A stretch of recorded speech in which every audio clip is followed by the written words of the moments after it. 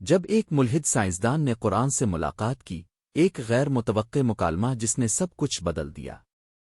اگر اب سائنس پر بھروسہ کرتے ہیں مگر محسوس کرتے ہیں کہ کائنات میں کچھ اور بھی ہے، زیادہ معنی، زیادہ حیرت، زیادہ راز، تو یہ کہانی اب کے لیے ہے۔ دیکھیں کیسے ایک سائنسدان کا سفر شک سے دریافت اور الہاد سے حیرت تک جا پہنچا۔ آخر تک دیکھیے، کیونکہ کبھی کبھی سب سے بڑے تجربات لیبارٹری میں نہیں بلکہ دل میں ہوتے ہیں۔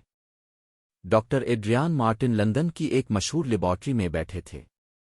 ان کے ارد گرد طاقتور دوربینیں اور سپر کمپیوٹرز تھے جو کائنات کی ابتدا کے ماڈلز بنا رہے تھے۔ وہ ایک مشہور ماہر فلکیات تھے اور کھلے عام الہاد کے حامی تھے۔ ان کا عقیدہ تھا کہ مذہب محض توہم پرستی ہے اور کسی بھی معجزے کے دعوے کو سائنسی جانچ کے سامنے جھکنا ہی پڑے گا۔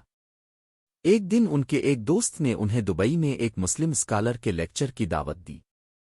موضوع تھا قرآن کے سائنسی معجزات۔ ایڈریان ہنستے ہوئے بولے، میں ضرور آؤں گا، لیکن مجھے امید ہے کہ وہاں زیادہ شاعری ہوگی، حقیقت نہیں۔ لیکچر ایک بڑے شاندار کانفرنس ہال میں منعقد ہوا۔ بڑی اسکرین پر آیات اور سائنسی اعداد و شمار دکھائے جا رہے تھے۔ مقررہ ڈاکٹر سارا رحمان بولے، قرآن میں ایسی حقیقتیں موجود ہیں جو جدید سائنس نے صرف پچھلی صدیوں میں دریافت کی ہے۔ انہوں نے سورہ انبیاء 21:30 کی یہ آیت پڑھی، کیا وہ لوگ جنہوں نے کفر کیا غور نہیں کرتے کہ آسمان اور زمین ایک جاڑی ہوئے تھے، پھر ہم نے انہیں جدا کیا؟ سارا نے کہا، یہ بالکل بگ بینگ تھیوری سے میل کھاتا ہے، جب کائنات ایک جمی ہوئی اکائی تھی اور پھر پھیلنا شروع ہوئی۔ ایڈریان نے آنکھیں سکیڑ لیں۔ جمی ہوئی اکائی، یہ شاعری لگتی ہے، اور بگ بینگ تو ایک صدی پہلے ہی دریافت ہو چکی تھی۔ کیا اب پرانے مت میں جدید سائنس کو نہیں ڈال رہی ہے؟ یہ کوئی ثبوت نہیں۔ سارا مسکرائیں۔ اب کا شکی ہونا سائنس کی اصل روح ہے ڈاکٹر مارٹن۔ لیکن ذرا سورہ الزاریات 51:47 کی یہ آیت دیکھیے، اور ہم نے آسمان کو قوت کے ساتھ بنایا اور ہم اسے پھیلانے والے ہیں۔ یہ کائنات کے پھیلنے کا واضح دعویٰ ہے، اور جدید فلکیات تصدیق کرتی ہے کہ کائنات واقعی پھیل رہی ہے۔ ایڈریان خاموش ہو گئے۔ وہ جانتے تھے کہ ایڈون ہبل نے 1929 میں یہ دریافت کیا تھا، اور بعد میں اسٹیفن ہاکنگ نے ڈارک انرجی کے بارے میں بتایا۔ انہوں نے سوال کیا، لیکن کب سے؟ اور کیا یہ الفاظ اتنے واضح ہیں یا ہم زبردستی ان میں سائنسی معنی ڈال رہے ہیں؟ سارا نے نرمی سے جواب دیا، میں اب سے کہتی ہوں کہ بغیر سوچے تسلیم نہ کریں۔ مگر ذرا یہ دیکھیں کہ قرآن میں بار بار ایسے اشارات ہیں، زندگی کا پانی سے ہونا، پہاڑوں کا زمین کو میخوں کی طرح جمانا، سمندروں کے درمیان رکاوٹ ہونا۔ ایڈریان کا دل تیزی سے دھڑکا۔ انہوں نے پہلے بھی مذہبی دلائل دیکھے تھے مگر انہیں کمزور پایا تھا، مگر یہاں سارا کے اعتماد اور ٹھوس حوالہ جات نے انہیں بے چین کر دیا۔ انہوں نے کہا، مجھے تحقیقی مقالے دکھائیں، صرف آن لائن فہرستیں نہیں۔ لیکچر کے بعد سارا نے انہیں ایک سائنسی آرٹیکل دیا، review about scientific miracles of part I in astronomy and earth sciences. اس میں بتایا گیا تھا کہ قرآن میں ایسے سائنسی اشارات ہیں جو صرف چند دہائیوں میں سمجھے گئے۔ ایڈریان نے راتوں کو بیٹھ کر وہ پڑھا۔ وہ اسے رد کرنا چاہتے تھے مگر حیران رہ گئے۔ کئی آیات جدید کونیت اور ارضیات کے ساتھ مطابقت رکھتی تھیں۔ الفاظ شعری تھے مگر باریکی چونکا دینے والی تھی۔ کچھ دن بعد ایڈریان نے سارا کو اپنی لیبارٹری بلایا تاکہ انہیں نیوٹرینوز دکھا سکیں۔ گفتگو کے دوران سارا نے قرآن کی یہ آیت پڑھی، اور ہم نے ہر جاندار کو پانی سے بنایا، الانبیاء 21:30۔ سارا نے بتایا کہ انسانی جسم اور خلیے زیادہ تر پانی پر مشتمل ہیں، اور جدید بائیولوجی بھی یہی کہتی ہے۔ ایڈریان کا دماغ الجھ گیا۔ یہ تو حقیقت ہے کہ زندگی پانی پر منحصر ہے، لیکن 7ویں صدی کی کتاب اس بات کو کہے۔ وہ بولے، یہ محض اتفاق تو نہیں؟ سارا نے کہا، ہو سکتا ہے، لیکن جب کئی آیات ایک ساتھ جدید سائنس کی طرف اشارہ کریں تو یہ محض اتفاق نہیں لگتا۔ اس رات وہ لندن کی چھت پر اکیلے ٹہلتے رہے۔ آسمان پر ستارے جگمگا رہے تھے۔ ان کے دل میں پہلی بار سوال جاگا، کیا میں واقعی یقین کے ساتھ کہہ سکتا ہوں کہ ایمان کی کوئی بنیاد نہیں؟ کچھ ہفتوں بعد وہ سارا کے ساتھ عرب کے ایک صحرا گئے۔ وہاں پرانے پتھریلے پہاڑ کھڑے تھے۔ سارا نے سورہ النب 78:6-7 سنائی۔ کیا ہم نے زمین کو بچھونا اور پہاڑوں کو میخے نہیں بنایا؟ ایڈریان نے جیوفزیکل میپ دیکھے۔ واقعی پہاڑوں کی جڑیں زمین میں گہری اترتی ہے۔ وہ سوچنے لگے، یہ محض تشبیہ ہے حقیقت۔ انہوں نے فیصلہ کیا کہ وہ اس پر تحقیقی مقالہ لکھیں گے۔ کئی ہفتے انہوں نے سائنس اور قرآن کا موازنہ کیا اور آخر میں لکھا۔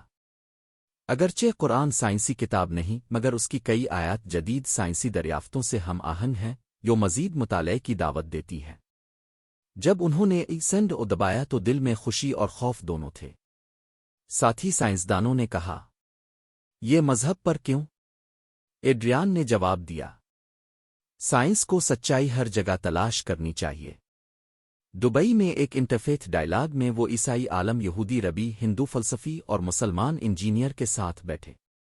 مسلمان انجینئر منیرا نے بتایا، میں حج پر گئی، لاکھوں لوگ ایک ساتھ جمع تھے، مگر وہاں ایک عجیب سا نظام تھا، جیسے کوئی پوشیدہ طاقت سب کو منظم کر رہی ہو۔ ایڈریان نے سوچا، یہ سوشیالوجی ہے، مگر دل پر اثر ہو رہا ہے۔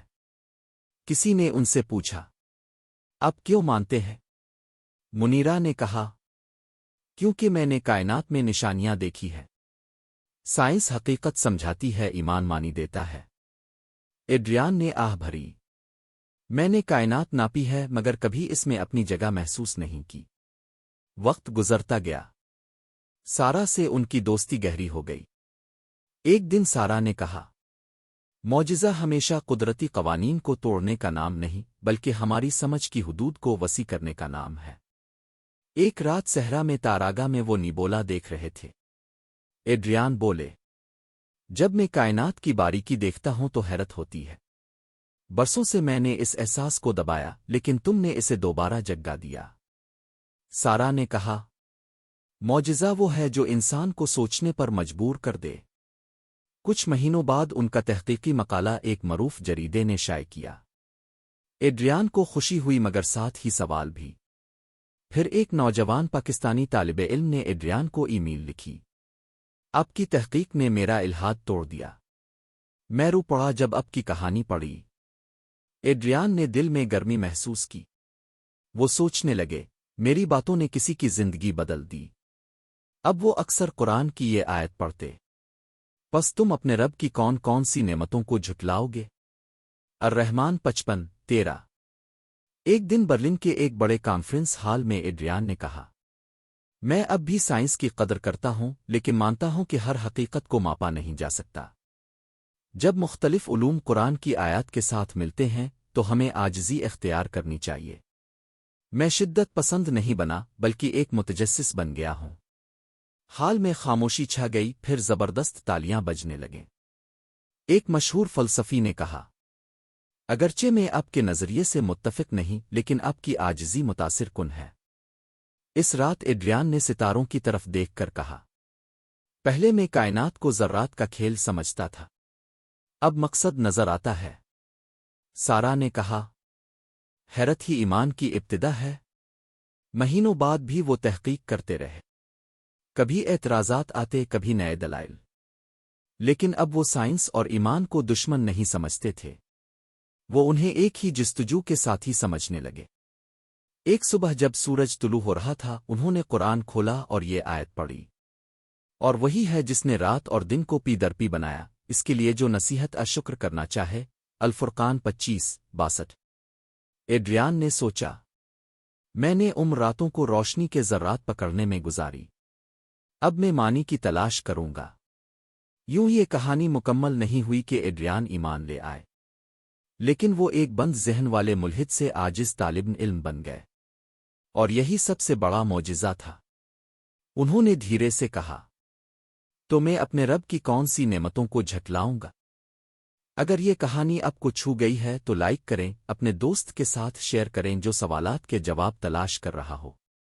مزید ایسی کہانیوں کے لیے سبسکرائب کریں جہاں ایمان، سائنس اور انسان کے دل ملتے ہیں۔ نوٹیفیکیشن آن کریں تاکہ اگلا سفر نہ چھوٹے۔ کمنٹ میں بتائیں آپ کون سا سوال چاہتے ہیں، سائنس ایمان دونوں؟ آئیے ساتھ تلاش کرتے ہیں۔